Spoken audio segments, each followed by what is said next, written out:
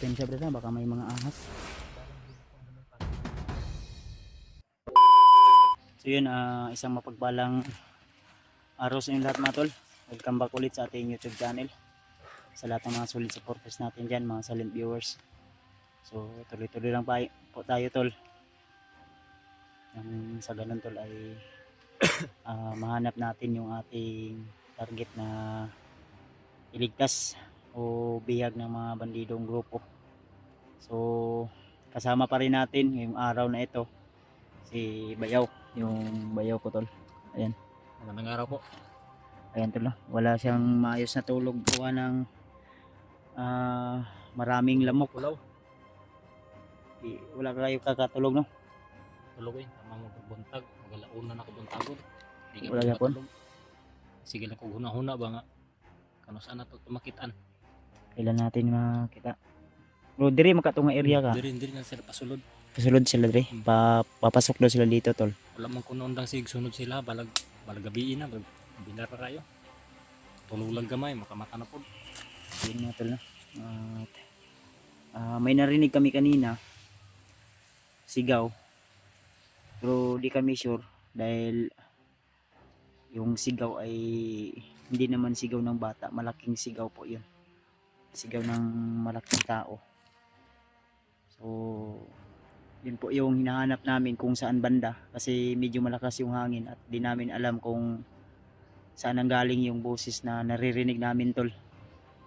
Kaya kami ni Brad Ray ay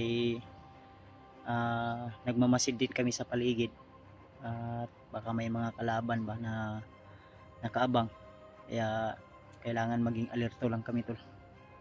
So nabalitaan pala natin tol na sila Brad Mart o sila Brad Ray at sila AJ, Julio, Brad Pidot, kasama yung si Marvin o Julius ay pababa na daw sila tol. Yun po yung sabi ng mga supporters na nagchat sa atin dahil nakapag-signal po ako. At I hope tol na tuloy-tuloy lang po yung pagbaba nila nang sa ganun ay ligtas po silang makababa. At syempre yung mga bihag na bit-bit dala nila tol ay ligtas din na maiuwi nila no sa patag o sa bayan. Kaya nagpapasalamat tayo tol, lalo na sa Panginoon. Siya po yung higit na makapangyarihan sa lahat. At sana tol sa araw na ito, bago man matapos ang taon na ito tol, ay may baba din namin yung aming target na alaga ko na si Noah para sabay-sabay kaming makababa. Pero kung hindi talaga namin mahanap dahil medyo may kalayuan talaga yung sinasabi ni Brad Ray ay kailangan din namin marating yun yung kampo na sinasabi niya na kasi hindi kami naglakad kagabi ng tuloy-tuloy kasi mahirap tol maglakad ng gabi lalong lalo na wala kaming ilaw. Di pwede kasi na mag-ilaw kami tol gaya nung nakita namin mga bandido, may mga aso pa silang dala at nahirapan kaming makatakas gawa ng napakarami po yung patrolya. Buti na lang ay gumapang kami. Imong jacket Brad? Gibili na ko bakit? Ibili nimo? Init ah. Wala ka na kuan? Imong itong gisuot? Gabi nag-jacket ako kay. Sige lang, manguha ratag kuan, manguha ratag jacket.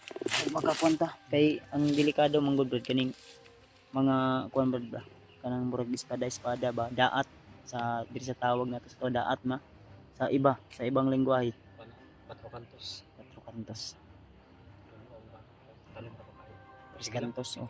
Yung daat tol ba na parang bleed yung talim. Kaya tol, shoutout ko nga pala yung mga solid supporters natin. Lalo na yung mga silent viewers. At syempre sa lahat ng mga taong hindi nagsasawa na nagsishare ng blessing kahit marami mang pagsubok, marami mang mga pinagdaanan natin tol, hindi lang sa emosyonal na mga problema o sa mga personal natin na mga problema, ay nariyan pa rin sila nakasuporta at laging nakaabang sa ating mga video. Kaya unang-una sa lahat, pasalamatan natin yung Panginoon tol, dahil lagi tayong ginagabayan, lagi tayong nailigtas sa kapahamakan. O sinabi ko kay Brad Ray na hanggat hindi pa darati, kung malipasan man kami dito ng Pasko tol, dahil ang araw na ito ngayon ay parang 24 na, no? 24 na. Nadayon mang 23. No. 24 ang taron. 24 na ngayon tol. Mali, makaproblema kayo. Kahit hindi kami makababa, hindi namin makapiling yung aming pamilya, kanya-kanyang pamilya. Yung asawa at anak ko, yung asawa at anak ni Brad John Ray na mga pamangkin ko. Ni Ray. Si John Ray yung nasa isip ko, Brad. Dahil magkapareho lang kayo ng Ray. Yung kaiba lang, Ray, John Ray, din ikaw Ray lang. Pero ang niya tol, ang gusto niyang itawag sa kanya ay Totski daw, Totski. Yan yung gusto niyang palayaw, si Totski. Dahil diyan daw sana sanay na tawagin din na Totski, ganun ba? O yun, no? At shoutout natin si Mami Bibot, kay Mami Joy Burns, kay kay Ate Milda Galang, siyempre kay Tita Rosie, kay Tita Victoria, at kay Ate JRC Ribas, kay Ate Nadim, kay Heidi Gregorio, kay Ate Indy Daos, at sa lahat ng mga solid na silent viewers natin dyan, lalo na sa mga bago pa lang dyan napadpad sa ating channel na hindi pa po nakasubscribe. So mag-subscribe na po kayo dyan tol, para pag may bago tayong upload na video, may mga bago tayong ipapalabas na mga video na kaganapan sa ating pag-explore dito sa bundok, ay lagi po kayong mangunguna. Kaya hiling ko lang na yung kalimutan tol na i-share, i-like o mag-subscribe na rin kayo para lagi kayong updated pag may bago tayong mga video na upload sa ating channel. Dahil nakita ko sa aking sa aking YouTube channel, talagang bumaba yung ratings ng aking YouTube channel tol. Kaya laban lang, dahil sabi ni YouTube tol na sa mga 15% lang po yung mga nanonood ng aking video, at yung 85% tol na nakasubscribe ay hindi na po nakapanood ng ating video. So sana tol, kung kayo ngayon na nakapanood dyan, huwag niyong kalimutan tol, ako po ay kumakatok sa inyong mga gininto ang puso. Sana panoorin nyo hanggang sa dulo, o huwag niyong kalimutan na i-share, ikalat niyo po yung aking video tol. Malaking tulong na po yun sa akin. Kaya napakalaga po yung bawat suporta nyo tol, sa inyong bawat panonood. Ang lalo na pag hindi kayo nag-skip ng mga ads, kasi dyan po kami kumukuha ng income tol sa mga ads, advertise na nilalabas ni YouTube. Kaya laban lang tayo, dahil alam ko na kahit gaano kahirap yung mga napagdaanan natin, ay ang lahat ng ito ay may katapusan din tol. Kaya ang masasabi ko lang sa inyong lahat tol, na advance Merry Christmas na lang po sa ating lahat. Enjoy na lang po ninyo yung panonood ng ating mga video, at naway marami pang blessing ang darating sa inyo tol. Maging Merry Christmas po talaga, at maging happy po yung buo nyong pamilya, no? Kaya sa mga batang nanonood dyan, so ingat-ingat lang po, lalo na sa mga paputok nyo mga ginagawa, mga lata Brad. Yan yung yung paputok na may flying tiger tol. Buga ang tawag. Boga. Kailangan din ng gabay ng mga magulang, lalo na sa mga senior citizen natin dyan na supporter, mga binata, dalaga, matanda, lula, may ngipin man o wala. Shout out po sa inyo lahat. advance Merry Christmas. Salubogin natin yung bagong taon, ang Pasko, na maligaya tayong lahat. So pinalulungkot man natin, nandito tayo sa bundok, gawa ng tawag ng ano po, talaga ng tungkulin na makapaglingkod sa mga binibihag ng mga bandido. Kaya nandito tayo upang sagipin yung aking alaga, dahil hindi ko rin kayang panoorin na nasasaktan, o kawawa po yun, dahil napamahal na sa akin yung bata tol, napamahal na ako sa kanya. Kaya hindi pwede na hindi natin matulungan yun, dahil baka sabihin pa ng iba na mas inuna ko pa yung kasiyahan ko kaysa iba. Kaya tuloy lang tayo tol. Yung mga basher natin dyan, salamat po sa inyong suporta.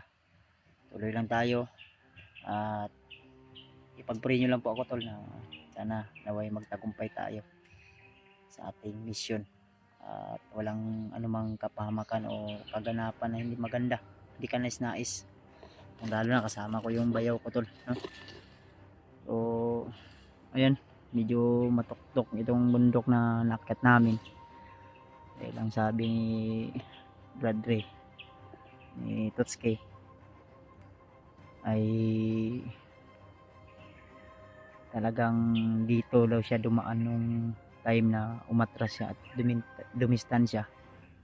Kaya patuloy kami tol, dahil ang sabi niya ay medyo malapit na yung area na kung saan po ay doon niya talaga huling nakita yung bihag na si Noah. Kaya I hope tol na nandyan pa yung bihag. Kung wala man, wala kaming madatnan dyan, ay tuloy pa rin kami hanggang sa maging successful. May buto di banda. Iwan ko kung narinig sa video, naka-play naman yung video na to. So dandahan tayo tol, dahil medyo maba-aba na rin yung pagpahinga namin, dahil medyo mainit talaga yung araw na ito. Kaya siyempre isang oras mahigit na kami dito nakalakad, kaya pahinga din tayo. Isang oras sa kalahati o magdalawang oras na lakad, yung pahinga namin ay 20 minutes 30 minutes, ganun lang, dahil hindi pwede magtagal kami sa area tol na kung saan ay medyo delikado at critical, dahil marami po yung mga bandito na naka patrolya. Hindi ingat lang tayo. Hindi ingat dito ni. Hindi yun ang magkumpiyansa brad eh. Sus, gisod ba kayo no? Murig lugot ba na brad do? Ha? Lalom din eh brad. Ha? May itak ako dito brad. Ha? Wala man di ka nakakuha no? Patos no? Nagsinilas sa juday ka, pareha dito ano? Nakasinilas lang din ako tol. Baril brad, wala kang baril brad? Mahanap tayo ng baril ng mga bandido. Pensa brad, baka may mga ahas. Uy, yun. Ha? Baka mga bandido yan ba? Dito banda oh. Baka mga ninakaw yan na motor ba? Pasko na po ng mga bandido ko. Pasko dyan ay brad, nagpa-tune na sila sa ilang mga motor ba? Ano? Ito banda tulo? Paka-paka mo. Masig na ikaon diya, gutom di ako. Ha? Bandito ta, nakakaon ta dito. Kita kayo, masig makonta da, mapahamak tayo dyan.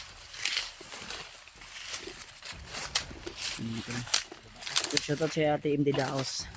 Support ko po yung binigay mo na dari banda ba ito? Si mo ng motor na ako ba? Hindi mo nila bura-bura. Andal ko naririnig niya to. Medyo malayo po yan. Pero rinig namin yung ano ng motor. Diri banda. Pinsa kay kasi ni kampo diri. Kasi nag-agi rin kung ano. Ato dito ba? Mo gani na. Baka may Wala may agyanan din. daanan diyan. Kantil naman ako. Hindi na sila lagi kaya may dalan din ako ng pagod. Bakit? Diri banda. Mahirapan tayo makapasok dito ba? Diri man juga to nga ko area. Hindi rito Mario. Tara, hindi hindi tayo magpa-distract diyan. Ayun na diya ba? Diri ta banda. Maganda dyan banda. Ipit tadi ba? Sige. Ay, kuang